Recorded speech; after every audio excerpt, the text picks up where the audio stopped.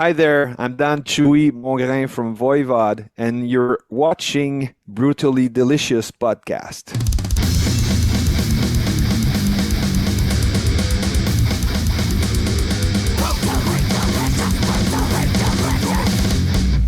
Meeting is being recorded. Hey, I'm This Bruce. meeting is I'm Bruce. being That's my recorded. partner, Arena. Hi Rena, hi Bruce, thanks for having me. Hey, thanks for joining us. Longtime fan from 40 years ago, probably. So nice to meet you and catch up. Yeah, So I don't know. I guess I can just jump in. The first question I have is, what's it like being 40 years in this business with that? You choose people up and spits them out. You guys have hung around. yeah, obviously I'm 40 years old, 46 now, so I was not there at the beginning of the band, but I'm a fan since the early days, though. I started listening to Voivod when I was around 11 years old, and this is the band that convinced me to buy a guitar and start my own band, so to speak. So, anyway, I think that the band always put out some very interesting album, always tried to outdo themselves, improve and exploring new ways of doing things and musically and lyrically on all the concepts. The artwork was phenomenal since the beginning, and so as a fan, before being in the band, I was always eager to see what was next with Voivod. What are they gonna come with for the next album musically and all that. So I think once you're hooked for the long run. Yeah. And I know you said, Rena, I'll let you jump in here in a second. Sorry. I know you said you guys are always looking to, improve or take advantage of technology, whatever. That brings me to the next thing. What was it like doing a totally AI-based video for Quest for Nothing? Actually, it was kind of a surprise for us because we didn't know our website guy who takes care of the Facebook page and all that. He's an artist as well. He's a musician, and I think he started it on his own without telling us. And at some point, hey, guys, I've tried some stuff with this new technology. And he showed us, and we were like, "Wow, what's going on?" It fits the band concepts and visual perfectly, and it fits with the song. So we were in awe and very happy to put out something new for the last record. Yeah, it's great. Rena, sorry, I'm babbling. Yeah, it's a super interesting video. I'm just scrolling in a messenger group to find a video that I posted so I don't make an ass of myself because I can't remember. Yeah, it's Luc Never mind. But there was another AI video, like combining. It had like Simpson stuff and then like Cannibal Corpse or something. Oh yeah. And it was like just gave keywords like with Simpsons characters and then just like Cannibal Corpse, and it could have not been Cannibal Corpse, but something similar, and then just mashed up like a video out of it, and it was so delightfully disturbing. Yeah. Like, maybe yours could have used like a sparkle of Disney or something to make it even more. But it's fascinating to see the image transforming into another one, and keeping the vibe. I guess I'm sure he spent a lot of time and worked a lot to make it that way and interesting, and keep all the robots and the insect and the kind of Terminator vibe as well. Like cyborg kind of vibe, and it's very disturbing actually. I had to take a moment after watching it the first time, and I wanted to go back. It's an interesting technology, and I think it opens door for more creativity for sure.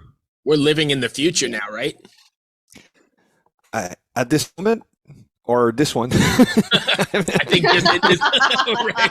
I think in this I moment, see we're what you totally did living in the there. future. Was that? I think we're totally just living in the future, right? Who would have thought that you'd have AI making videos and doing all this stuff?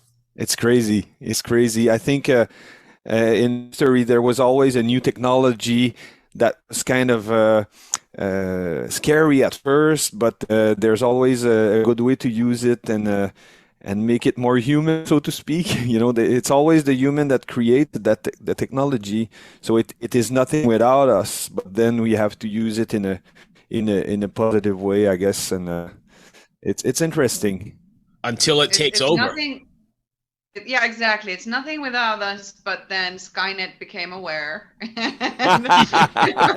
That's a good one. But look at us now, talking through a video and TV screen and internet. Back then, it was 2001 Space Odyssey. Right. It's crazy. It's amazing. It's nuts. But then there's it's nothing without us, but then a lot of us aren't in it to create delightfully disturbing videos. They might be creating what's the deep tech? No, not deep tech. What's the deep fake videos, which are like virtually impossible to tell the real thing from a fake video of a real person saying things. Or that's scary. It's super fucking creepy because as the pessimist I am, I believe most people are not in this game to do good for others, even though there was a really good book called The Hopeful History by this Dutch writer, Bregman, was his last name, can't remember his first name, but that we're actually just sort of scammed into believing that the human nature is barbaric and brutal and selfish, whereas it's actually not supported by factual evidence. But I still cling on to that thought that gives me hopelessness, but which is important. I'm gonna for finish artists, the interview very depressed. Yeah, we're very dark. But I hear what you say. Came out of sheer joy. I hear what you say, and I try to not focus not too much on that. I try to use it in a good way, but there's always two sides to the medal, so to speak, and it can be scary for sure. Yeah. So Ultraman, I guess it's due out in November 4th. That's just right around the corner, right? How excited are you to have it out there? Yeah, I mean, it was kind of a surprised to do it. I demoed the song for fun and brought it to the guys, and we all watched Ultraman when we were younger. It was translated in French. We could understand. It was not Japanese, obviously, and we're French Canadian, so we used to watch it. And back in the day, I didn't see any costumes or puppets or what. It was all real for me. Right. In my mind, so it was part of our culture, so to speak, when we grew up, and the concept and the song and remained in our heads. So I was fooling around before even writing the new album. I did the demo and I brought it to the guys, and they were all in. So I thought a long time about what language should we do it. And I speak a little bit of Japanese. I've learned it, and so suggested I could sing a Japanese version, and then Snake did the French version because that's the one that we grew up with. Right. And there's also an English version. So we did a 3-language version. Wow. And I did a whole Japanese version, and there's a karaoke version, instrumental. So it was great fun, and we recorded it at the end or at the beginning of the sessions of the album, but it was not meant to be on the album. It was something different. So it was not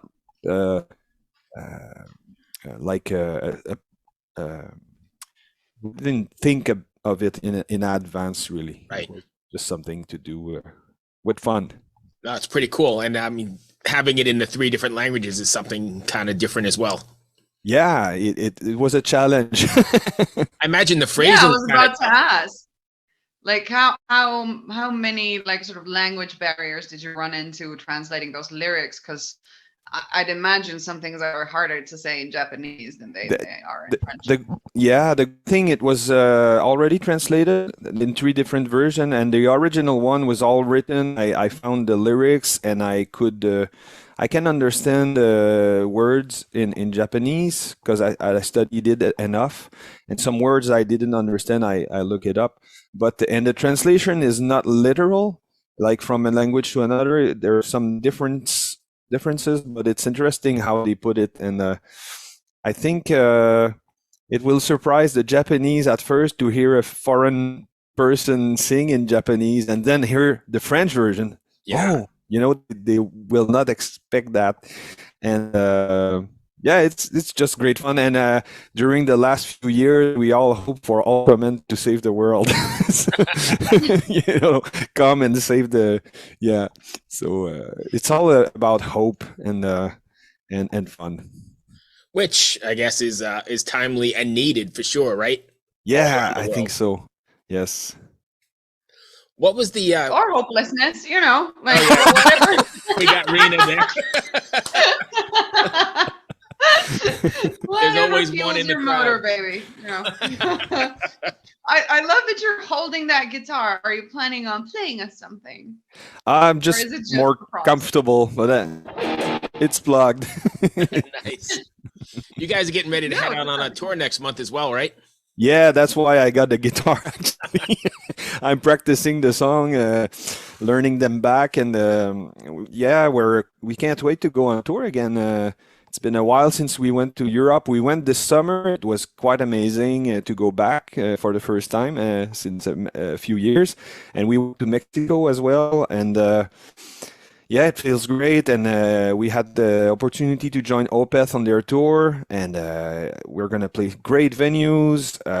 New fans, I guess, are gonna open their mind to us, and fans of Voivod will maybe discover Opeth. Or I think it's a good build because there's a lot of progressive in Opeth and Voivod, but Yeah. there's also the metal side of it.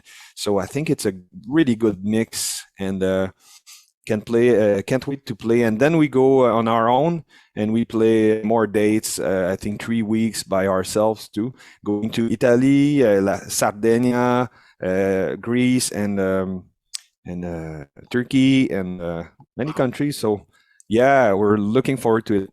You know what I think is pretty interesting? You kind of just alluded to it there, but I think in the metal world, you find that shows, especially when people of our age are multi-generational, right? You've got people like myself taking their kids, maybe it's sometimes even their grandkids. It's a whole kind of multi-generational metal show. Yeah, totally. I remember in Europe, a guy holding his kid on his shoulder, and the kid was singing the whole 17-minute song Jack Luminous by heart, and he had the protection for his ear, and Yeah. it was just amazing. We were blown away. So yeah, you're totally right. We see new kids, parents bringing their kids, very young teenager or early 20s, digging the old stuff, and it's all mixed now. It's a family party. That's great. And I don't Love think you see it. that with any other kind of music genre, right? I mean, you don't see a family gathering at these things. I think it's cool that the torch is being passed down to the kids, the metal torch, so to speak.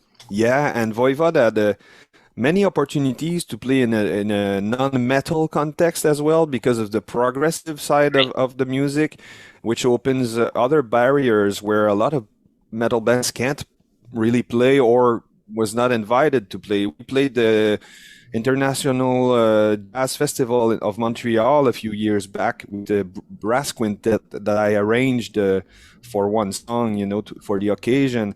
And we played the Primavera Festival in Barcelona, and there was like reggae bands and you know like different kind of music. I mean, totally different, like very like house or and Voivod was in the middle of that, and so you have access to a new crowd that don't necessarily know the band, but they're interested in different kind of music and music that goes deeper than pop music, Right. and the usual stuff. So I really appreciate those open-minded promoters, open-minded crowd that can go to a show and watch a reggae band and then Voivod. It's amazing. That's pretty wild. Yeah. Rita? No, that sounds amazing. And I think it's like such a positive thing to have an open view of like music genres. What you just said, Bruce, like I don't that you don't see this in any other music genre. Yes, you do. It just like it just depends on where you go. We're just in our little bubble going like, yeah, Maybe. metal fucking rocks, you know, but and it does.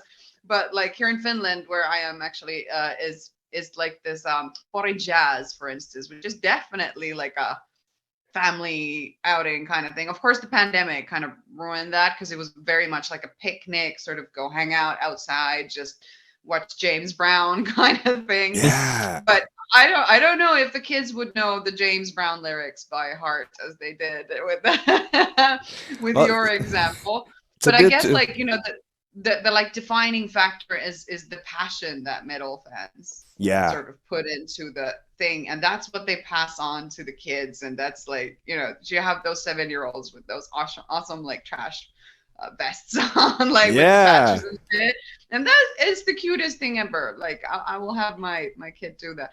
I have a 6-year-old, and I'm definitely like, you know, making sure that the next generation gets what it's all about. He is super into Guns N' Roses at the moment. Listens to Welcome to the Jungle as the last thing before he goes to bed. Wow. And they just had this this thing where you judge music. Like he's in preschool, like everybody gets to bring a song, everybody listens and gives points to it. And it was so hilarious because like I went to pick him up and he was distraught. The kid was like very, very unhappy. And I was like, dude, what's going on? And he just starts like bawling his eyes out, like I took like Welcome to the Jungle there, and it only got like 20 something points. Even Julius gave it just 1, and he promised he would like the rockier stuff. And then like, you know, some like really children's song won it, and he was like, and then it was like, you know, this baby shark shit like that. That's amazing. It was, and I'm just trying to keep a straight face because these emotions are genuine. You don't laugh at them, even if it is hilarious. But this is what I mean about the passion, you know. Yeah. That's what gets passed on into the music that really like grips your body and your soul at the same time. Yeah. But all right, rant over. And that's true. And now it's something that I notice in festivals. There's metal clothes for kids and very young kids, like toddlers, merch booths. You know, it's great. It's amazing. I would have totally bought like a toddler suit that says like my daddy is Satan. Something cool like that. Yes. Oh. So I would have a matching shirt that says he pays no alimony. You know? Right. So I know you said you're practicing and getting ready for the road, but how do you prepare physically? Because we're not getting any younger, right? This is many years in. That's true. Like that definitely takes its toll, doesn't it? Yeah, I try to keep fit. I do bicycle. I stretches and stuff like that, you know, on a regular basis. And I keep practicing, you know, regularly. Obviously, I play a lot. I'm a guitar teacher in college, and I teach at home as well. And so I play different gigs as a freelance musician in Montreal. I just did a TV show last week with a famous French Quebec singer, and so I'm always trying to keep in shape on the instrument, and as well as physically, because when you play a show and you go in the bus and you go in another city every day and you don't sleep much, you really need to have a good how do you say it in English? Stamina. Yes. So we're really careful, and we think about that, and I think it makes things way easier if you're in good shape, because it's very often we get a virus on tour or something. So if you're in bad shape, it's gonna be a hard time. So and the show itself is kind of a workout. I like to jump around and have a good time on stage. I don't stand still and wait. With a mean face. That's not my side. I'm smiling and I'm jumping around, and that's part of the workout. Yeah, absolutely. It is a good workout. Yeah. Hey, Daniel, are you up for something very, very different that you've probably ever done on a podcast? What's that? Are you up for something completely different that I assume you have ever done in a podcast before? I'm open. Yeah, the answer is yes. Amazing. Bruce is going to give you a brief on what we're going to do. Yeah, so we started this series where it's just, I'm going to show you a picture here in a second, and all I need to know from you is what you see. What do you see? Yeah, I see someone in a cave with strange in a TV set, and yeah, I see the image. You want What's going on there? Why is she there, or he there, or why is that person there? What's in the picture? What's happening now? What's in it? And then what do you think is going to happen next in the picture? She or he is living in an alien stomach. And, amazing. Yes. And prisoner, but comfortable at the same time. I don't know if she or he want to get out of there. Right. I mean, they got the TV, right? So they can exactly. Just They got all that static to keep them entertained. Yes. For years and years and years. Alien stomach. Yeah. Tell us how you landed on this interpretation. It looks like a tongue where he stands. Oh, I guess it does. It's like a mouth or something. We've done this a few times and haven't had that kind of in depth, so that's pretty interesting. What's going to be the next thing? What would happen in the next frame? In the next frame of the same story? Yeah. Bored to death.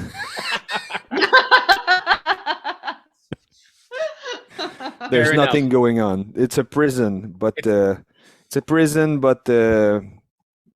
something that controls the person to make the prison comfortable enough so she or he wants to stay there and not rebel.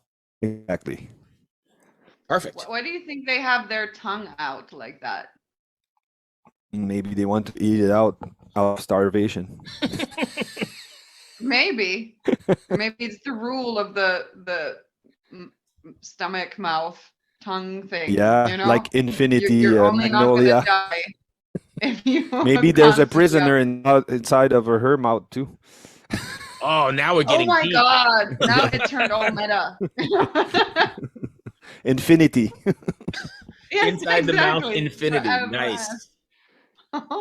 Anyway, sorry. We've done it. You're the third person we've done this with, and this is it's so fascinating that everybody has a different answer. Yeah. Nobody sees the same things. What do you make of that circle sign thing above her head? Oh yeah, I don't know. I see a chef.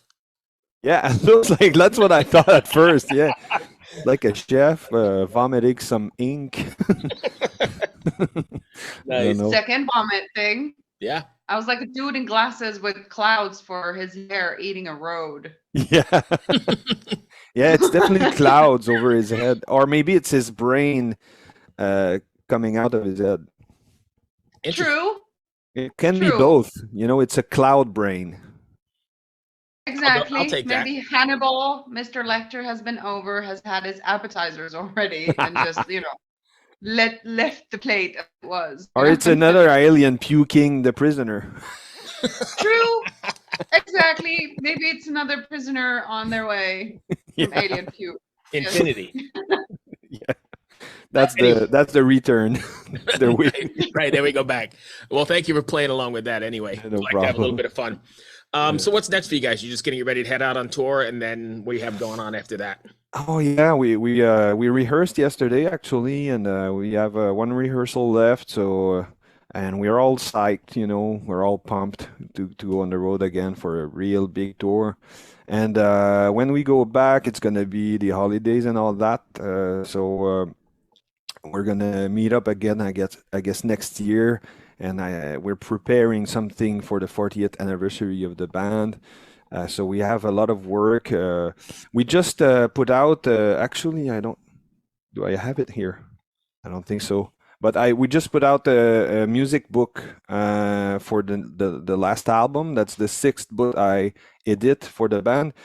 I transcribed the Killing Technology, Dimension Hate Trust, Nothing Face, Target Earth, and The Wake, bass and guitar in music notation and tab as well. So, but we just finished Rocky and I the bass and guitar book, which is in the same book. So you have 2 for 1, and we just have the version yesterday at the rehearsal. So we're pretty excited about that, and we see more and more people playing some stuff on YouTube, using the books, and it's fun. It's really great. And some people are really young, and playing the solos better than me. So it's great. That's great. Well, that's all I have. Rena, you got anything else? No, I think we are awesome, but Thank you, my friend. I have been a longtime fan. I appreciate all your contributions to the music world, especially the heavy world. Thank you so much. Fabulous time talking to you. Good luck with the tour. Be safe. You too, and pleasure, and thanks for your work. Take care. Thank hey, you. thanks for being here and Be have well. an awesome time on the road. It was fun. Thank you very much. All right. Cheers. Bye-bye. Later. Bye.